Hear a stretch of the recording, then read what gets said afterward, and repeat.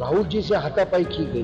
पूरे देश ने देखा कि उनके नाक से खून निकल रहा है और इस खून के एक एक कतरे का बदला देश की जनता आने वाले समय के चुनाव में निश्चित रूप से लेगी। आपने देखा होगा फोटो के अंदर पैरों में चोट आई है, नाक से खून बह रहा है। ये देश का विपक्ष का नेता सबसे बड़ी अपोजिशन की चेयर है। तो जब विपक्ष के नेता के साथ देश में पहली बार ऐसी हरकत की जा रही है तो हम सब के लिए, लोकतंत्र के लिए बहुत चिंताजनक विषय है। नीट पेपर लीक मामले में केंद्रीय शिक्षा मंत्री धर्मेंद्र प्रधान के इस्तीफे की मांग ने देश में एक बड़े आंदोलन का रूप ले लिया है। इस आंदोलन का कैनवस तब और बड़ा हो गया जब मंगलवार को लोकसभा में नेता प्रतिपक्ष राहुल गांधी की अगुवाई में कांग्रेस के सांसद प्रधानमंत्री आवास पर बाहर धरने पर बैठ गए। उसके बाद जिस तरह पुलिस ने जोर जबरदस्ती और बल प्रयोग के जरिए कांग्रेस नेताओं को वहां से हटाया, उसकी तस्वीरें सोशल मीडिया में जंगल में लगी आग की तरह फैल चुकी है। सुरक्षा बल राहुल गांधी को धरना स्थल से घसीट कर ले जाते नजर आए, जिसमें उन्हें चोट भी लगी और उनके नाक से खून बह गया, जिसके बाद देश भर में कांग्रेसी आंदोलित हो उठे। बुधवार को धर्मनगरी कुरुक्षेत्र में हरियाणा कांग्रेस प्रभारी संजय दत्त और प्रदेश अध्यक्ष राव नरेंद्र सिंह की अगुवाई में कांग्रेस ने लघु सचिवालय पर जोरदार प्रदर्शन किया और राष्ट्रपति के नाम डीसी को ज्ञापन सौंपा। इस मौके पर प्रदेश प्रभारी संजय दत्त ने कहा कि जनता राहुल गांधी की नाक से बहे खून के एक एक कतरे का हिसाब भारतीय जनता पार्टी से चुनावों में लेगी। क्या बताएंगे, आप बारे में आए हरियाणा के और हरियाणा में आए हैं? ऐसा है कि किसी भी सरकार का ये दायित्व होता है कि हमारे देश के छात्र और विद्यार्थी जो हमारे देश का भविष्य है, उनके हितों की रक्षा करें, उनके सपनों को साकार करने के लिए पूरक वातावरण तैयार करें, मदद करें। लेकिन यहाँ हम देख रहे हैं कि निकम्मी भारतीय जनता पार्टी की सरकार एक सामान्य रूप से परीक्षा भी ठीक ढंग से नहीं करवा सकती। बार बार लगातार लीक हो रहा है, पेपर लीक हो रहा है। और हैरानी की बात यह है, देश का हर नागरिक सवाल पूछ रहा है कि आपके पेपर लीक हो रहे हैं, आप क्या कार्रवाई कर रहे हो? देश के जो एजुकेशन मिनिस्टर हैं वो जिम्मेदारी इसकी स्वीकारेंगे कि नहीं? कितने विद्यार्थी शहीद हो गए, कितने परिवारों के, कितने माता पिताओं के सपने भंग हो गए। और इसके ऊपर जब देश का युवा जो है जंतर मंतर पे बैठता है, लोकतंत्र में अपनी भूमिका रखने का शांतिपूर्ण सबको अधिकार है, तो उसको कुचल दिया जाता है। हमने देखा सादे वेशभूषा में गुंडों के हाथ में डंडे दे दिए इन विद्यार्थियों को मारने, बच्चियों को मारने, बच्चियों के कपड़े फाड़े गए। क्या हो रहा है देश में? और जब जिनको देश की जनता ने विपक्ष का दायित्व सौंपा है, दोनों हमारे राज्यसभा के विपक्ष के नेता कांग्रेस अध्यक्ष आदरणीय खड़गे जी और हमारे लोकसभा के हमारे प्रेरणा स्थान हमारे नेता आदरणीय राहुल जी जब उनके समर्थन में उतरते हैं, तो किस तरीके से पूरे देश ने देखा कि जो एक संवैधानिक पद है, लीडर ऑफ अपोजिशन, संविधान में डॉक्टर बाबा साहब अंबेडकर जी ने उसका उल्लेख किया है, उसकी गरिमा को नहीं रखते हुए राहुल जी से हाथापाई की गई।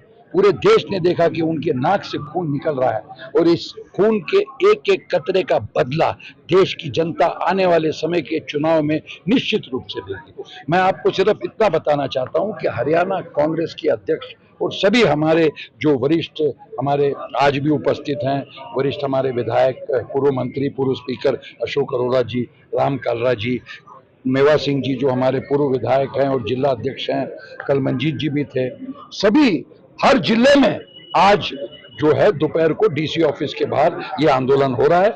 आदरणीय अध्यक्ष जी जो है और मैं आज यहाँ हमें आके आंदोलन में सभी साथियों के साथ भाग लेने का सौभाग्य प्राप्त हुआ। इसके बाद करनाल में भी आंदोलन है, वहां भी हम करने जा रहे हैं। जब तक, जैसे अध्यक्ष जी ने 3 मांगों का जिक्र किया कि धर्मेंद्र प्रधान इस्तीफा दें, पार्लियामेंट में इसकी चर्चा हो और जो गलत तरीके से FIR छात्रों के ऊपर दर्ज किए गए हैं वो हटे, तब तक हमारा आंदोलन चालू रहेगा। और युवाओं के साथ, छात्रों के साथ हरियाणा कांग्रेस पूरी ताकत के साथ खड़ी है। आप सभी। वहीं हरियाणा कांग्रेस अध्यक्ष राव नरेंद्र सिंह ने कहा कि देश के इतिहास में पहली बार ऐसा हुआ जब नेता प्रतिपक्ष जैसी महत्वपूर्ण पद पर आसीन किसी व्यक्ति के साथ हाथापाई की गई और उन्हें घसीटा गया। ये केंद्र में बैठी सरकार की तानाशाही रवैये को जगजाहिर करता है। सरकार की दिल्ली पुलिस ने कल जिस प्रकार छात्रों के, युवाओं के समर्थन में हमारे नेता, लोकसभा में विपक्ष के नेता आदरणीय श्री राहुल गांधी जी, कांग्रेस पार्टी के अध्यक्ष आदरणीय खड़गे जी, हमारी नेता आदरणीय बहन प्रियंका गांधी जी और कांग्रेस पार्टी के तमाम सांसदों ने और उनके साथ अन्य भी विपक्षी सांसद थे, जिस प्रकार शांतिपूर्ण धरना प्रदर्शन कर रहे थे, प्रधानमंत्री के आवास के सामने क्यों कर रहे थे? क्योंकि देश के 7.5 करोड़ छात्रों के साथ अन्याय हुआ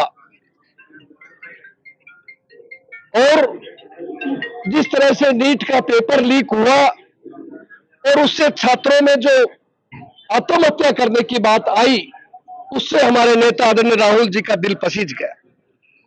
कोटा में जाके, देहरादून में जाकर के गैर राजनीतिक मंच से ये कहा, मैं आज पार्टी की बात नहीं करूंगा, कांग्रेस की या बीजेपी की बात नहीं करूंगा, मैं केवल और केवल छात्रों के भविष्य की बात करूंगा।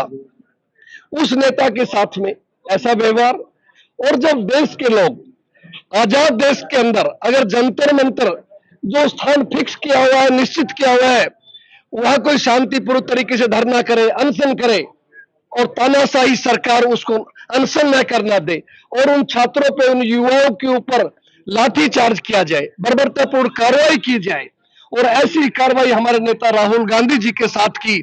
आपने देखा होगा फोटो के अंदर, पैरों में चोट आई है, नाक से खून बह रहा है। ये देश का विपक्ष का नेता, सबसे बड़ी अपोजिशन की चेयर है वो। एक तरफ अगर जीता हुआ होता है प्रधानमंत्री होता है, दूसरा विपक्ष का नेता होता है। तो जब विपक्ष के नेता के साथ देश में पहली बार ऐसी हरकत की जा रही है, तो हम सब के लिए, लोकतंत्र के लिए बहुत चिंताजनक विषय है। उसी लिए हम सब लोग, हरियाणा के तमाम हमारे प्रभारी जी श्री संजय दत्त जी, हमारे सभी वरिष्ठ विधायकगण जो आज यहाँ मौजूद भी है मेरे साथ में, श्री अशोक करोड़ा जी, श्री रामकरण काला जी, श्री चट्ठा जी, श्री मेवा सिंह जी, इन सभी साथियों के साथ में लेकर के आफ्ताब अहमद साहब हमारे और वरिष्ठ विधायकों के साथ में कल शाम को हम महामहिम राज्यपाल महोदय के पास में शांतिपूर्ण तरीके से अब कांग्रेस दफ्तर से जब हमको ज्ञापन देने जा रहे थे, और उस ज्ञापन के अंदर क्या था, केवल 3 बातें थी कि शिक्षा मंत्री को इस्तीफा देना चाहिए, पार्लियामेंट चल रही है उसमें खुली बहस होनी चाहिए, और जो केस बनाए गए हैं छात्रों, युवाओं पे झूठे केस, उन केस को वापिस होना चाहिए। हमें कांग्रेस दफ्तर के बाहर निकलते ही गिरफ्तार कर लिया गया। रात के 12 बजे तक हमें थाने में सेक्टर 17 में बैठा के रखा गया। हमारी बहनें जो महिला विधायक थी, कार्यकर्ता थी, उनके साथ दुर्व्यवहार किया गया, यहाँ तक कि लाठीचार्ज की भी नौबत आ गई, जबरदस्ती घसीटा गया। तो इस प्रकार की अमानवीय हरकतें, इस प्रकार की तानाशाही हरकतें जब भारतीय जनता पार्टी कर रही है, तो आप समझ सकते हो आम व्यक्ति के लिए जीना कितना मुश्किल हो चुका है। इसलिए कांग्रेस पार्टी ने फैसला लिया है कि हरियाणा के तमाम जिलों के अंदर हर डिस्ट्रिक्ट हेडक्वार्टर के ऊपर हमारे कांग्रेस पार्टी के सभी कार्यकर्ता, साथी, पदाधिकारी, विधायक, हमारे जिला अध्यक्ष सब जाकर के महामहिम राष्ट्रपति जी के नाम से ज्ञापन देंगे, और उन ज्ञापन में इन मांगों का जिक्र करेंगे कि कांग्रेस ने हमेशा लोकतंत्र को मजबूत किया है और संविधान में विश्वास किया है। इसलिए हम सब चाहते हैं कि अब देश के लोगों को जागना पड़ेगा। बहरहाल दिल्ली में चल रही कॉकरोच जनता पार्टी के आंदोलन की आंच अब हरियाणा पर भी पड़ती नजर आ रही है। राहुल गांधी ने जिस आक्रामक तरीके से केंद्रीय शिक्षा मंत्री धर्मेंद्र प्रधान के इस्तीफे को लेकर लड़ाई छेड़ी है, उसने कांग्रेस की आम नेताओं और कार्यकर्ताओं में सरकार के खिलाफ संघर्ष करने के लिए नई ऊर्जा का संचार किया है। कुरुक्षेत्र से रणदीप रोड, पंजाब केसरी टीवी। हमसे जुड़े रहने के लिए हमारे YouTube चैनल को सब्सक्राइब करें और नई वीडियो की नोटिफिकेशन के लिए बेल आइकॉन को दबाएं। अगर आप ये वीडियो Facebook पर देख रहे हैं तो लाइक जरूर करें और ज्यादा से ज्यादा शेयर करें। धन्यवाद।